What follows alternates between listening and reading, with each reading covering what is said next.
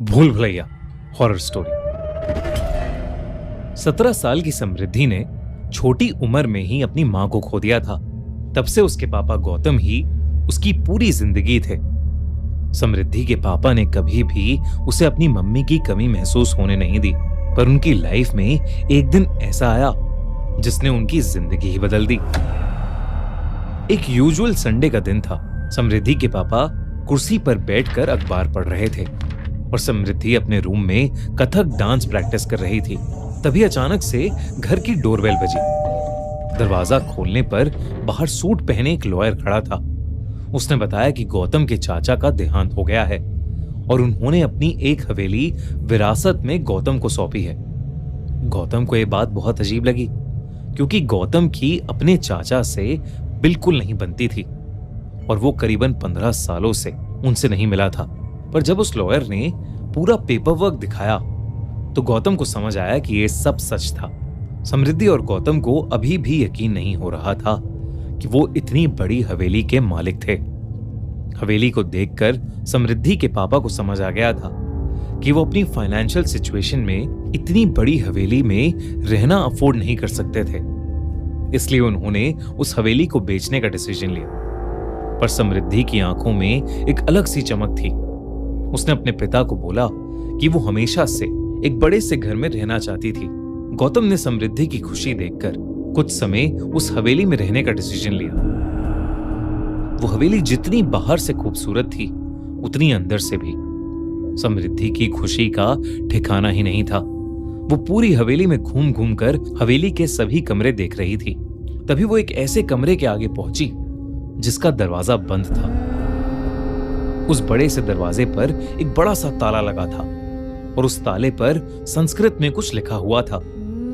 समृद्धि ने उस ताले पर जैसे ही हाथ लगाया, उसे मानो बहुत जोर का करंट लगा। इससे पहले कि समृद्धि कुछ समझ पाती, उसके पापा ने उसे आवाज लगाई और समृद्धि वापस मुड़कर अपने पापा के पास जाने लगी। पर चलते चलते समृद्धि के कानों में एक आवाज आई। उसके कानों में एक औरत हंसते हुए उसे पुकार रही थी।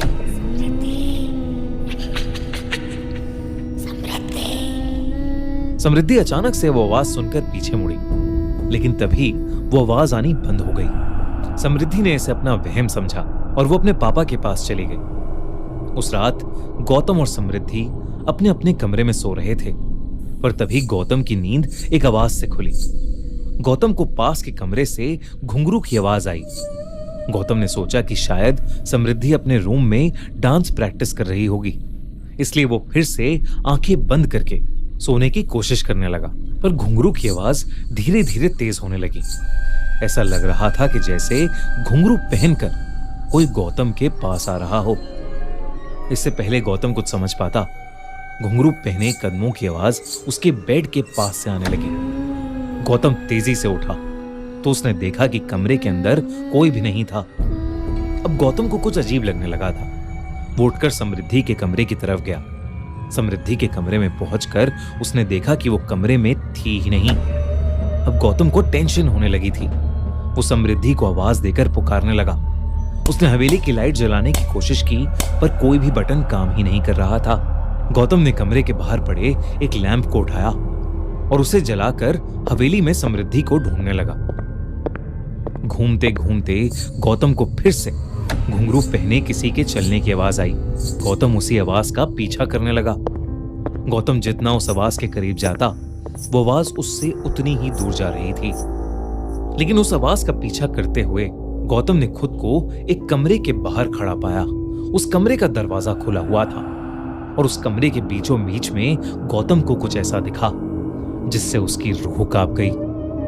उस कमरे के अंदर एक लड़की साड़ी पहने घुंघरू डालकर डांस कर रही थी। इससे पहले वो कुछ समझ पाता, गौतम को उस लड़की का चेहरा दिखा और उसका दिल दहल उठा।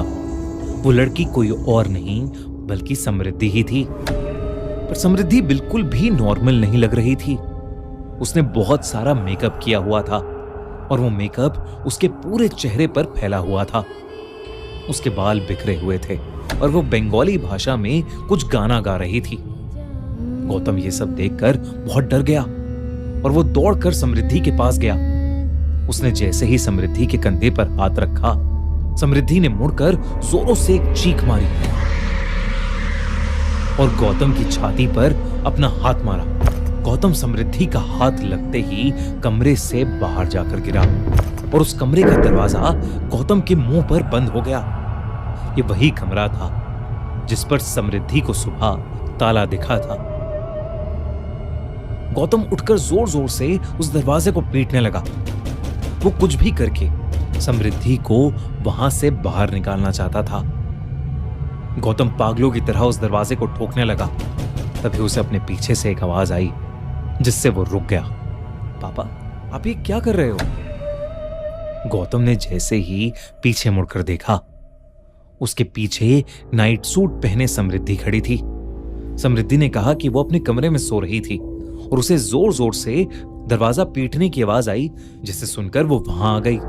गौतम को अब भी कुछ समझ नहीं आ रहा था।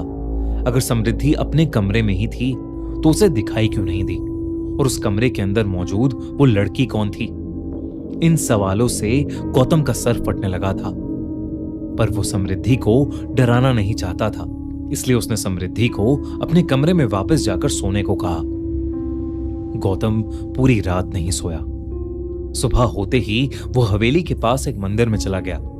गौतम भगवान में बहुत मानता था और उसने मंदिर में जाकर अपने साथ हुआ पूरा किस्सा भगवान की मूर्ति के सामने बोल दिया। गौतम नहीं जानता था कि मंदिर का पुजारी भी उसकी बातें सुन रहा है। जैसे ही गौतम मंदिर से जाने लगा, मंदिर के पुजारी ने उसे रोककर पूछा कि आखिर वो रहता कहाँ है। और जब गौतम ने उसे बताया कि 2 दिन पहले ही वो पास वाली हवेली में रहने आया था, तो उस पुजारी का चेहरा सफेद पड़ गया। उसने गौतम को उस हवेली से तुरंत निकल जाने को कहा। जब गौतम ने पुजारी से बात की तो उस पुजारी ने बताया कि कई सालों पहले उस हवेली में एक राजा रहता था और मंजुलिका नाम की एक लड़की हवेली में नाच गाकर सबका मन बहलाती थी। पर धीरे धीरे राजा को मंजुलिका से लगाव होने लगा। पर मंजुलिका अपने साथ नाचने वाले एक साथी से बेहद प्यार करती थी। उस राजा को जैसे ही इस बात का पता चला, जलन और गुस्से की आग में उसने मंजुलिका और उसके साथी दोनों को ही जान से मार दिया। मंजुलिका की मौत हो गई, पर उसकी आत्मा उस हवेली में ही रह गई और आज भी मंजुलिका की गुस्से से भरी आत्मा उसी हवेली के एक कमरे में बंद है। गौतम को अब सब कुछ समझ आ गया था। जो कल रात को उसे दिखी वो कोई और नहीं बल्कि मंजुलिका थी, और अब उस हवेली में रहना उसके और समृद्धि के लिए खतरे से खाली नहीं था। वो उसी पल समृद्धि को लेकर वहां से जाना चाहता था, लेकिन जब वो घर वापस गया तो समृद्धि मंजुलिका वाले कमरे में बैठी हुई कल रात जैसे साड़ी और घुंघरू पहने हुए उस कमरे में पड़ा पुराना सामान देख रही थी। गौतम ने समृद्धि को वहां से चलने के लिए कहा, लेकिन समृद्धि वहीं रुकने की जिद करने लगी। जैसे ही गौतम ने समृद्धि को डांटा तो समृद्धि अचानक से गौतम पर ही हावी हो गई। उसने गौतम को उसकी गर्दन से उठा लिया और बंगाली भाषा में गुस्से से कुछ अजीब सा बड़बड़ाने लगी। कुछ ही पलों में गौतम की सांसें रुक सी गई थीं। वो दर्द के मारे छटपटा रहा था, लेकिन इतने में उस मंदिर का पुजारी कुछ लोगों को लेकर वहां आ गया और उसने तुरंत समृद्धि पर गंगा जल फेंका। समृद्धि ने गौतम को छोड़ दिया और वो वहीं बेहोश होकर नीचे गिर गई। गौतम और उस पुजारी ने वहीं पूजा करके उस कमरे को फिर से ताले से बंद किया और गौतम समृद्धि को लेकर उस हवेली से हमेशा हमेशा के लिए चला गया।